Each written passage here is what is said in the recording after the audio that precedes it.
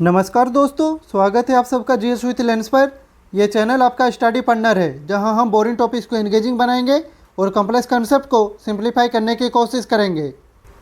अभी हम लोग इकोनॉमी सीरीज कवर कर रहे हैं और आज हम शुरू करने वाले हैं एक बहुत ही इम्पोर्टेंट टॉपिक, जो है नेशनल इनकम, यानी कि राष्ट्रीय आय।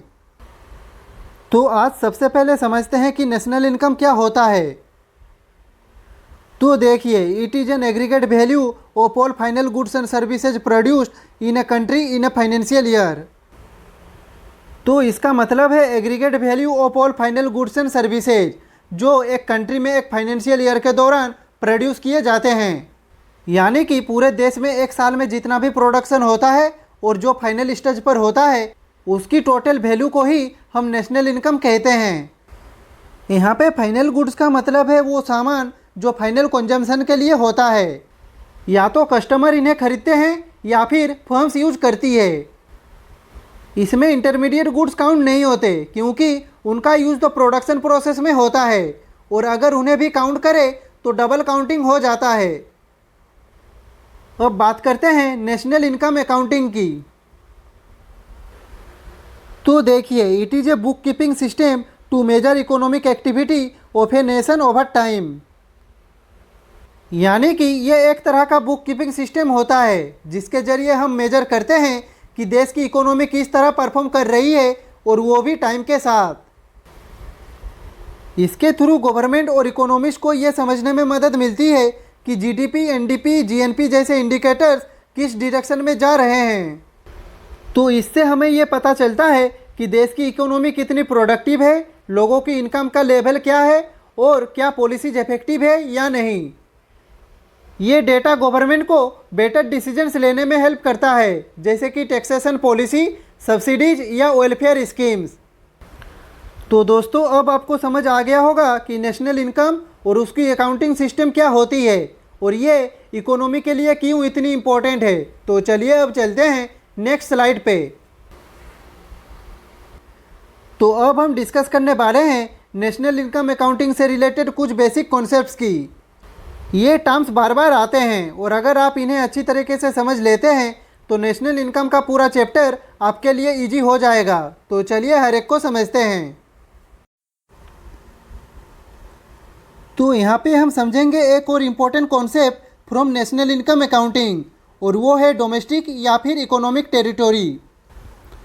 तो देखिए, ये टर्म बहुत बार जीडीपी कैलकुलेट करते वक्त यूज होती है। तो चलिए इसको डिटेल में समझते हैं। यहाँ पे पहला पॉइंट कहता है कि इकोनॉमिक टेरिटोरी का मतलब होता है वो एरिया जहाँ पर एक देश की इकोनॉमिक अथॉरिटी चलती है, और जहाँ लोग, गुड्स, सर्विसेज और कैपिटल फ्रीली सर्कुलेट कर सकते हैं। ये एरिया सिर्फ लैंड तक सीमित नहीं होता, बल्कि एयर स्पेस और वाटर बॉडीज भी इंक्लूड करता है। अब बात करते हैं कि इस टेरिटोरी में क्या क्या इंक्लूड होता है। तो देखिए, इसमें आता है मेनलैंड इंडिया, एयर स्पेस और टेरिटोरियल वाटर्स। और सबसे इम्पोर्टेंट बात, इसमें इंक्लूड होती है इंडियन एम्बेसीज और military bases located in foreign countries. ये इसलिए क्योंकि वो जगह चाहे फॉरेन लैंड पर हो, लेकिन वहाँ इंडियन गवर्नमेंट का कंट्रोल होता है। अब हम देखेंगे कि क्या एक्सक्लूड होता है इकोनॉमिक टेरिटोरी से। तो इसमें फॉरेन एम्बेसीज एंड ऑफिसेज जो इंडिया में हैं, उन्हें इंक्लूड नहीं किया जाता। For example, US embassy in new Delhi India के अंदर होने के बावजूद भी यूएस की टेरिटोरी माना जाता है, ना कि इंडिया की। ये कॉन्सेप्ट इसलिए इम्पोर्टेंट है क्योंकि जब हम जीडीपी कैलकुलेट करते हैं तो हम डोमेस्टिक टेरिटोरी के अंदर होने वाले प्रोडक्शन को ही काउंट करते हैं, चाहे वो इंडियन सिटीजन ने किया हो या फिर कोई फॉरेन कंपनी ने। तो दोस्तों, अब आपको क्लियर हो गया होगा कि डोमेस्टिक टेरिटोरी या फिर इकोनॉमिक टेरिटोरी का स्कोप क्या होता है, क्या इंक्लूड होता है और क्या एक्सक्लूड। इस छोटी सी डेफिनेशन के पीछे एक बड़ा लॉजिक छुपा होता है, और वही जीडीपी के कैलकुलेशन में काम आता है। तो चलिए चलते हैं नेक्स्ट स्लाइड पे। तो इस स्लाइड में हम बात करेंगे बेस ईयर के बारे में। तो देखिए, it is used as reference to compare real GDP and it is adjusted for inflation. यानी कि ये एक रेफरेंस ईयर होता है जिसको हम बेस बनाते हैं किसी भी इकोनॉमिक इंडिकेटर को मेजर करने के लिए, जैसे कि जीडीपी। जब हम रियल जीडीपी कैलकुलेट करते हैं तो करेंट ईयर की प्रोडक्शन को बेस ईयर के प्राइसेज पर इवैल्यूएट करते हैं। इससे पता चलता है कि प्रोडक्शन बढ़ा है या सिर्फ प्राइसेज बढ़ी है। अब बात करते हैं इसके पर्पज़ के बारे में। तो इसका मेन पर्पज़ होता है इन्फ्लेशन के इफेक्ट हटा के रियल ग्रोथ को दिखाना। अगर हम सिर्फ नॉमिनल जीडीपी देखें तो उसमें प्राइस और क्वांटिटी दोनों का इफेक्ट होता है, पर अगर हमें एक्चुअल इकोनॉमिक प्रोग्रेस देखनी है तो रियल जीडीपी यानी बेस ईयर प्राइसेज पर जीडीपी का यूज करते हैं। इंडिया में जो अभी बेस ईयर यूज हो रहा है वो है 2011-12, यानी जितनी भी रियल जीडीपी या कांस्टेंट प्राइस डेटा है वो सब 2011-12 के प्राइस लेवल्स के बेसिस पर कैलकुलेट होती है। ये बेस ईयर 2015 में रिवाइज किया गया था और पहले ये 2004-5 था। नेक्स्ट पॉइंट है इट इज चेंज्ड पीरियोडिकली। तो देखिए बेस ईयर को कुछ साल बाद चेंज करना ज़रूरी होता है। अगर बेस ईयर बहुत पुराना हो जाए तो वो आज की इकोनॉमिक रियलिटी को प्रॉपरली रिफ्लेक्ट नहीं करता, इसलिए एनएसओ टाइम टाइम पर बेस ईयर रिवाइज करता है। अब सवाल आता है कि इसे कब सिलेक्ट किया जाता है। तो देखिए इसे केयरफुल्ली सिलेक्ट किया जाता है। ये ईयर नॉर्मल होना चाहिए, यानी उस साल में कोई बड़ी इकोनॉमिक डिसरप्शन ना हुई हो, जैसे पेंडेमिक, फाइनेंशियल क्राइसिस या नेचुरल डिजास्टर। इसके साथ साथ उस ईयर के डेटा इजीली अवेलेबल होना चाहिए और वो डेटा रिलायबल भी होना चाहिए। यहाँ पे नेक्स्ट पॉइंट कहता है कि बेस ईयर का यूज मेनली होता है कांस्टेंट प्राइस जीडीपी निकालने के लिए, जिससे इन्फ्लेशन एडजस्ट हो जाता है। इसके अलावा real income, per capita income और लॉन्ग टर्म ग्रोथ ट्रेंड समझने के लिए भी बेस ईयर के डेटा का यूज होता है। गवर्नमेंट पॉलिसी मेकिंग और बजट मेकिंग में भी ये हेल्पफुल होता है। अब समझते हैं कि ये पूरा काम कौन करता है। तो देखिए ये पूरा काम करता है एनएसओ यानी कि नेशनल स्टैटिस्टिकल ऑफिस। ये ministry of statistics and programme implementation के अंडर आता है। एनएसओ ही डेटा कलेक्ट करता है, एनालाइज करता है और रिवाइज करता है बेस ईयर और जीडीपी एस्टिमेट्स को। तो दोस्तों ये था बेस ईयर का एक बेसिक ओवरव्यू। तो चलिए अब चलते हैं नेक्स्ट स्लाइड पे। तो इस स्लाइड में हम बात करने वाले हैं डेप्रिसिएशन और net factor income from abroad के बारे में। तो सबसे पहले डिस्कस करते हैं डेप्रिसिएशन को। तो देखिए ये टर्म नेशनल इनकम अकाउंटिंग में बार बार यूज होती है, स्पेशली जब हम ग्रॉस और नेट वैल्यूज का डिफरेंस समझते हैं। यहाँ पे पहला पॉइंट है it means the loss in value of fixed assets due to use, damage और ऑब्सोलेसेंस। तो डेप्रिसिएशन का मतलब है फिक्स्ड एसेट्स की वैल्यू में कमी जो होती है उनके यूज करने, डैमेज होने या फिर ऑब्सोलेसेंस यानी कि पुराने हो जाने की वजह से। जैसे जैसे मशीन्स यूज होती है उनकी एफिशिएंसी और मार्केट वैल्यू दोनों ग्रेजुअली कम होती है और इसी डिक्लाइन को हम डेप्रिसिएशन कहते हैं। अब समझते हैं कि क्या होता है फिक्स्ड एसेट्स। तो देखिए ये वो चीज़ें होती है जो प्रोडक्शन के लिए लॉन्ग टर्म में यूज होती है, जैसे मशीन्स, बिल्डिंग्स, टूल्स ईटीसी। ये बार बार यूज होते हैं और एक साल से ज़्यादा तक बिजनेस में काम आते हैं, लेकिन टाइम के साथ इनकी वैल्यू घटती है और वही घटा हुआ हिस्सा होता है डेप्रिसिएशन। जब हम नेशनल इनकम कैलकुलेट करते हैं तो ग्रॉस वैल्यू में से डेप्रिसिएशन माइनस करके नेट वैल्यू निकालते हैं, यानी कि net is equals to gross minus depreciation. Net और ग्रॉस क्या होता है इसे हम नेक्स्ट स्लाइड में समझेंगे। यहाँ पे नेक्स्ट पॉइंट कहता है कि डेप्रिसिएशन को एक और नाम से भी जाना जाता है और वो है कंजम्पशन ऑफ फिक्स्ड कैपिटल। ये टर्म थोड़ा टेक्निकल लगता है लेकिन इसका मतलब वही है, फिक्स्ड कैपिटल का ग्रेजुअल खर्च या कंजम्पशन। तो चलिए अब डेप्रिसिएशन को एक एग्जांपल से समझते हैं। तो मान लीजिए एक कंपनी ने 10 लाख की मशीन खरीदी जिसका हर साल 1 लाख वैल्यू कम होता है। इस केस में 1 लाख को हम बोलेंगे डेप्रिसिएशन। अब हम डिस्कस करेंगे एक ऐसे कॉन्सेप्ट की जो नेशनल इनकम के एक्यूरेट कैलकुलेशन में बहुत इंपॉर्टेंट रोल प्ले करता है, और वो है net factor income from abroad यानी कि NFIA। तो सबसे पहले समझते हैं इसका मतलब। तो देखिए, इसका मतलब है एक देश के लोगों को फॉरेन कंट्रीज से जो इनकम मिलती है माइनस जो इनकम फॉरेन लोगों को हमारे देश से मिलती है। यानी जितना पैसा हमारे सिटीजन्स ने बाहर से कमाया उसमें से वो पैसा माइनस कर दीजिए जो फॉरेन लोगों ने इंडिया में कमाया। मान लीजिए इंडियंस ने फॉरेन कंट्रीज से 100 करोड़ कमाए और फॉरेन सिटीजन्स ने इंडिया से 60 करोड़ कमाए, तो यहाँ पे net factor income from abroad होगा 100 crore minus 60 crore and that is 40 crore. ये 40 करोड़ हमारी नेशनल इनकम में ऐड होगा। अब सवाल आता है कि इसका यूज कहाँ होता है। तो देखिए, it is included in calculating national income from domestic income. यानी कि जब हम डोमेस्टिक इनकम को नेशनल इनकम में कन्वर्ट करते हैं तब इसको ऐड किया जाता है। यहाँ पे एक इम्पॉर्टेंट पॉइंट यह है कि ये पॉजिटिव भी हो सकता है और नेगेटिव भी।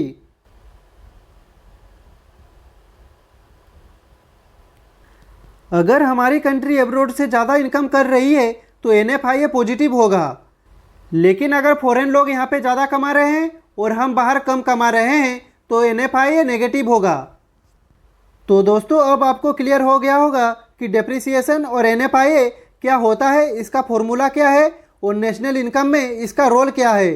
तो चलिए अब चलते हैं नेक्स्ट स्लाइड पे। तो अब हम एक ऐसे कॉन्सेप्ट के बारे में बात करने वाले हैं जो ऑलमोस्ट हर इकोनॉमिक कैलकुलेशन में यूज होता है, और वो है ग्रॉस और नेट का डिफरेंस। चाहे GDP हो, इन्वेस्टमेंट हो या फिर नेशनल इनकम, इन दोनों टर्म्स का यूज हर जगह होता है, लेकिन काफ़ी लोग इनका एक्चुअल मीनिंग और डिफरेंस कन्फ्यूज कर जाते हैं। तो चलिए स्टेप बाय स्टेप इन्हें समझते हैं। तो यहाँ पहले बात करते हैं ग्रॉस की।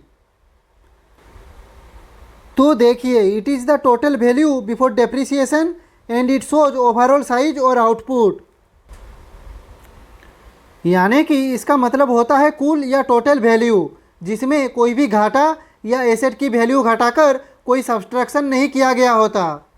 इसका यूज हम तब करते हैं जब हमें इकोनॉमी का ओवरऑल साइज या फिर परफॉर्मेंस दिखानी होती है। इसमें जितनी भी मशीन्स, बिल्डिंग्स या फिर टूल्स यूज हुए प्रोडक्शन के लिए उनका वेयर एंड टियर यानी कि डेप्रिसिएशन भी इंक्लूड होता है। अब हम देखेंगे इसके फॉर्मूला।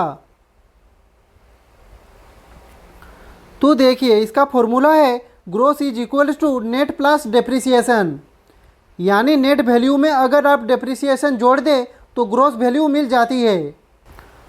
फॉर एग्जांपल, अगर एक फैक्ट्री 100 करोड़ की आउटपुट प्रोड्यूस करती है लेकिन मशीन्स 10 करोड़ की वैल्यू खोती है, यानी कि डेप्रिसिएशन 10 करोड़ का है, तो यहाँ पे ग्रॉस आउटपुट होगा 90 करोड़ की नेट प्लस 10 करोड़ की डेप्रिसिएशन, यानी कि 100 करोड़ की ग्रॉस आउटपुट। अगर एग्जाम्पल की बात करें तो इसका एग्जाम्पल्स है GDP और GNP। GDP का मतलब होता है ग्रॉस डोमेस्टिक प्रोडक्ट। ये शो करता है देश की टोटल आउटपुट वैल्यू बिना डेप्रिसिएशन माइनस किए। और GNP का मतलब होता है ग्रॉस नेशनल प्रोडक्ट। ये शो करता है टोटल इनकम जो देश के सिटीजन्स ने दुनिया भर से कमाई विदाउट एडजस्टिंग फॉर डेप्रिसिएशन। अब बात करते हैं नेट की। तो देखिए, it means actual value after depreciation and it shows real और एडिशनल वैल्यू। यानी इसका मतलब होता है असली या एक्चुअल वैल्यू जब हम डेप्रिसिएशन यानी पुरानी मशीन्स, डैमेज और वेयर एंड टियर की कॉस्ट को माइनस कर देते हैं। इससे हमें यह पता चलता है कि रियल टर्म्स में नया कितना बना या इकोनॉमी ने कितना नया वेल्थ क्रिएट किया। इसका फॉर्मूला है net is equals to gross minus depreciation. यानी अगर हम ग्रॉस से डेप्रिसिएशन को घटा दें तो हमें नेट आउटपुट मिलता है। फॉर एग्जाम्पल, अगर किसी कंपनी का ग्रॉस प्रॉफिट 50 लाख है लेकिन उसने 5 लाख का मशीनरी डेप्रिसिएशन फेस किया है तो नेट प्रॉफिट होगा 45 लाख, क्योंकि 5 लाख की तो वैल्यू घट चुकी है। इसका एग्जाम्पल्स है NDP और NNP। NDP का मतलब होता है नेट डोमेस्टिक प्रोडक्ट। ये शो करता है देश की आउटपुट वैल्यू, लेकिन डेप्रिसिएशन माइनस करके। और एनएनपी का मतलब होता है नेट नेशनल प्रोडक्ट। ये दिखाता है national income after adjusting for capital consumption. तो दोस्तों इस स्लाइड में हमने समझा ग्रोस का मतलब होता है टोटल बिना कुछ घटाए, जबकि नेट का मतलब होता है एक्चुअल जो बचा है डेप्रिसिएशन घटाने के बाद। यहाँ पे हमने ये भी समझा कि ग्रोथ दिखाता है स्केल ऑफ इकोनॉमी, जबकि नेट दिखाता है रियल और सस्टेनेबल ग्रोथ। तो चलिए अब चलते हैं नेक्स्ट स्लाइड पे। तो यहाँ पे हम समझेंगे नेशनल इनकम अकाउंटिंग का एक और इम्पोर्टेंट पार्ट जो है प्राइस कॉन्सेप्ट। इसमें आता है मार्केट प्राइस और फैक्टर कॉस्ट। ये दोनों टर्म्स काफ़ी कंफ्यूजिंग लगते हैं, लेकिन अगर एक बार कॉन्सेप्ट समझ आ गया तो कैलकुलेशन इजी हो जाता है। तो चलिए शुरू करते हैं। तो सबसे पहले बात करते हैं मार्केट प्राइस की। तो देखिए ये वो होती है जो कंज्यूमर किसी गुड या सर्विस के लिए एक्चुअल में पे करता है। ये प्राइस हमेशा थोड़ा ज़्यादा होती है क्योंकि इसमें इनडायरेक्ट टैक्सेज जैसे जीएसटी, एक्साइज ड्यूटी वगैरह वगैरह इंक्लूडेड होते हैं। अब बात करते हैं मार्केट प्राइस में क्या इंक्लूड होता है और क्या एक्सक्लूड। तो देखिए मार्केट प्राइस में इनडायरेक्ट टैक्सेज इंक्लूडेड होते हैं, यानी गवर्नमेंट को देने वाले टैक्सेज। लेकिन अगर गवर्नमेंट किसी गुड या सर्विस पर सब्सिडी देती है तो उस सब्सिडी को मार्केट प्राइस से माइनस किया जाता है। तो इसका मतलब है market price is equals to actual consumer payment including taxes and excluding subsidies. अब बात करते हैं फैक्टर कॉस्ट की। तो देखिए it means cost of production, यानी कि इसका मतलब है कि प्रोड्यूसर को उस गुड या सर्विस को बनाने में कितना खर्चा आया बिना किसी टैक्स या मार्केट इंटरवेंशन के। ये प्राइस फैक्टर ऑफ प्रोडक्शन को मिलने वाले पेमेंट का टोटल होता है, जैसे rent for land, wages for labour, interest for capital and profit for entrepreneurship. अब हम समझने वाले हैं फैक्टर कॉस्ट में क्या इंक्लूड होता है और क्या एक्सक्लूड। तो देखिए फैक्टर कॉस्ट में इनडायरेक्ट टैक्स को एक्सक्लूड किया जाता है। ये इसलिए क्योंकि फैक्टर कॉस्ट का मतलब होता है वो एक्चुअल पैसा जो प्रोडक्शन में काम करने वाले लोगों जैसे लैंड ओनर, लेबर और कैपिटल प्रोवाइडर को दिया जाता है। लेकिन इनडायरेक्ट टैक्स गवर्नमेंट को दिया जाता है, ना कि इन लोगों को।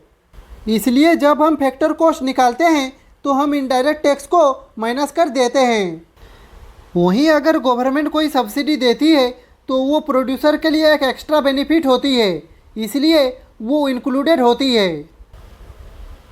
यहाँ पे नेक्स्ट पॉइंट है, अगर आपके पास मार्केट प्राइस दिया हो तो फैक्टर कॉस्ट निकालने का सिंपल सा फॉर्मूला है, और वो फॉर्मूला है factor cost is equals to market price minus indirect taxes plus subsidy.